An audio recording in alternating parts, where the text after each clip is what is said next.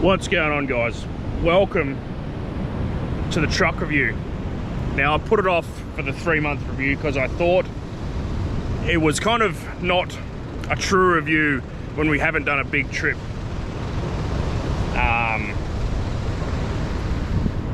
Yeah, that's what I thought anyway. So we've done, on this trip, we've been gone for 5 days.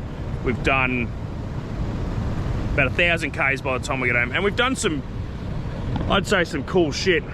So we've gone from basically Augusta, Pemberton, Warren River, Cow Cup, back down Cow Cup, Windy Harbour, Garden River, Moore's Hut, all the way down to Fish Creek, and some tracks in between. Now, so I thought I'd give you a real review of how it's been handling.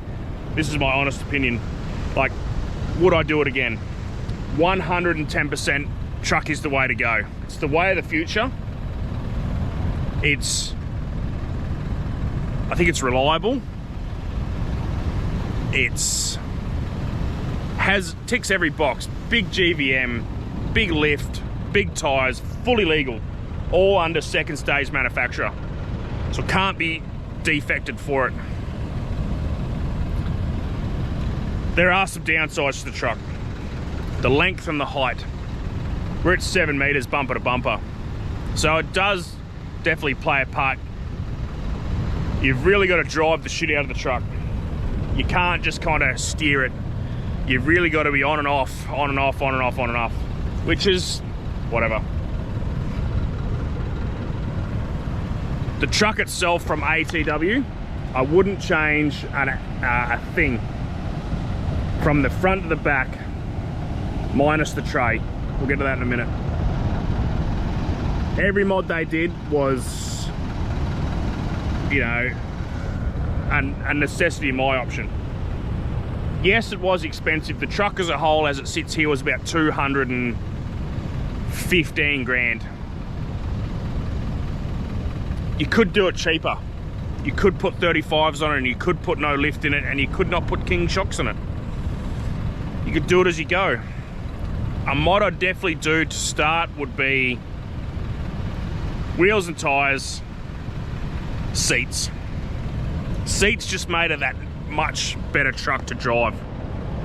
It's comfortable. They're like an air assisted seat, so you got some spring in it. You know, I've done 7,000 Ks in the truck and we love it. Power wise, it's had a remap. Now, I've only had 3 4-wheel drives, my 40, my Cruiser, and this. So, and I had my Cruiser for 7 years, so coming from the Cruiser to the truck, you definitely got to drive it different. I'm in 4-low all the time on the beach now. It just, unless it's a really hard beach, it just handles it better, feels nicer. Don't forget, as it sits here, we're probably 5.5, maybe 6 ton with 400 litres of water on board. 300 litres of fuel. Shit, there was half a ton of firewood when we left home. So yeah. It's had a remap, it goes quite well. We went with the manual, just for the fact that I think manuals are more reliable than the factory auto. From what I read anyway. Everyone's gonna have their little opinion or whatever else. But the truck as a whole from ATW, wouldn't change a thing from their fuel filters to their switch panels that they provided. It's just a well-built truck. I did have an issue the other day where we rang Isuzu Assist because it was stuck in 4-low. And they were straight onto it. Basically, they patch you into a mechanic that's on call. They have a mechanic on call 24/7. They patched us through and he's like, yeah, it's quite a common thing with the Isuzu. Get over there with a screwdriver and just pop it out of gear. And I've been doing that the whole trip until we can get it back. He's like this solenoid usually goes. Something like that. So, fixed. In 1 hour, got it fixed. They were prepared to tow it to the nearest town or whatever and tow us to the nearest town to get it fixed. That's how good Isuzu Assist is. Go down the line, the tray. So it's my design. I sent them a heap of photos of what I wanted, and I got exactly what I wanted. And I'm gonna be fucking brutally honest with you. Would I use them again? No. The tray come out nice until I got it home and I found some issues. And I keep finding issues.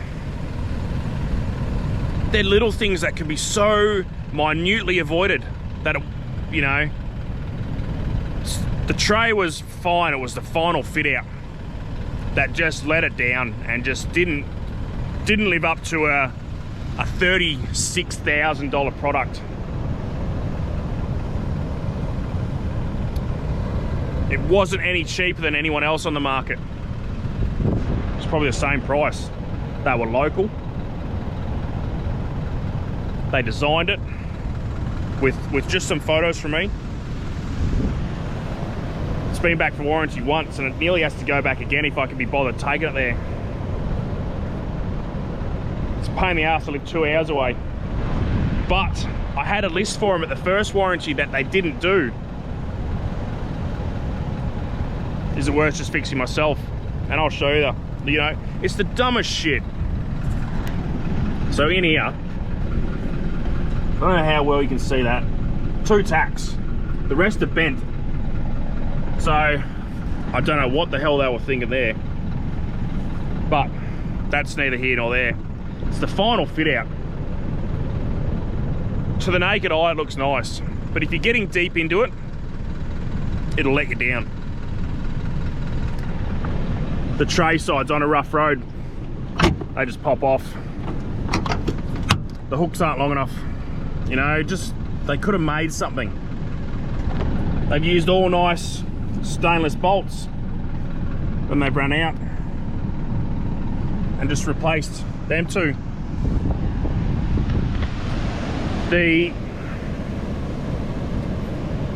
fit out was piss poor. They used steel bolts on alley tray.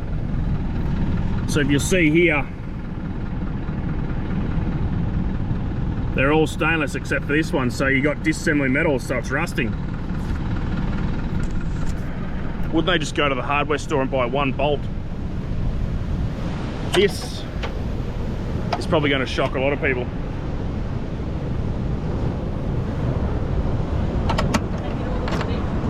Hey? What footage? This, it shocked me when I seen it.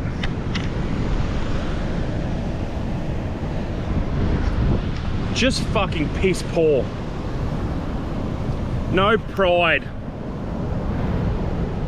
in their work. Rush job. They had excuses. You'll see, stainless galvanized. They put all galv washers on here. Don't know why. And now it's marked it all. They're just tacky shit. The boxes leaked. I put a seal on it, if it leaked. I fixed it all. I fixed it all, and I shouldn't have to fix it. You'd be shocked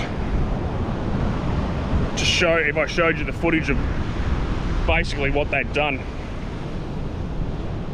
Just the boxes didn't line up with the tray. They were so tight against here that I couldn't use the rope rail. Now what's the point of having a rope rail if you can't bloody use it? The fitting.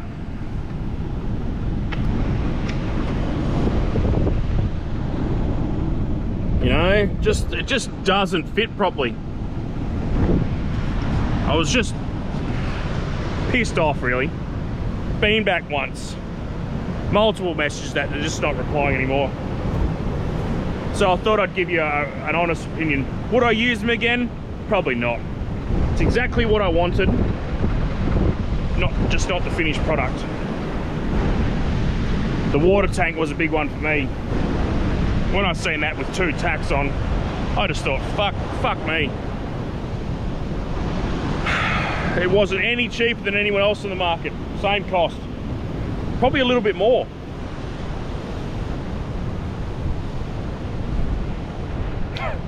Yeah. But if I was to do it again, would I change anything? I'd keep exactly the same tray design. The only thing I'd change, I probably wouldn't put so much water in and have the subframe so high. It is bloody high. You've seen the videos. There's so much room between the chassis, I could have slotted a couple of water tanks in there and made it work better. That's my only downfall. Yeah. Like I said, exactly what I wanted. But piss poor fitment and execution. Built, I thought it was built quite solid. I got heaps of photos through the build of the welds, and I went and seen it a couple of times, so yeah. Just disappointed in the finished product, pretty much. Like I said, it's 2 hours away. I've been back once with a list. Yeah, they're probably gonna watch this, but I just don't care. It is what it is. Yeah. I wish I just got ATW's tray. Just be done with it. Whatever. You live and learn, I guess. Shit happens. But everything from the front to back I like. I just don't like the fitment of the tray. There you have it. Truck review. Fuel economy. Getting 23 to the 100. Towing, not towing. All that kind of stuff. So yeah, I don't get beach driving, get 23 to the 100. Get 1,000 Ks out of 250 litres. So I'm pretty happy with that. For a 5.5 ton truck anyway. Any questions, hit me up. Smash that subscribe button because I've got videos coming. Yeah, definitely going to move more into trips. Like this is our first trip. We loved it. Truck is where it's at. Big GVM, big towing, big tray, big cab space. I've got two 40-litre fridges on the back seat with a baby seat and our stuff on one side, and there's still room. Yeah, we'll definitely do it again. But anyway, I'm gonna shoot off now. Smash that subscribe button and we'll see you next time.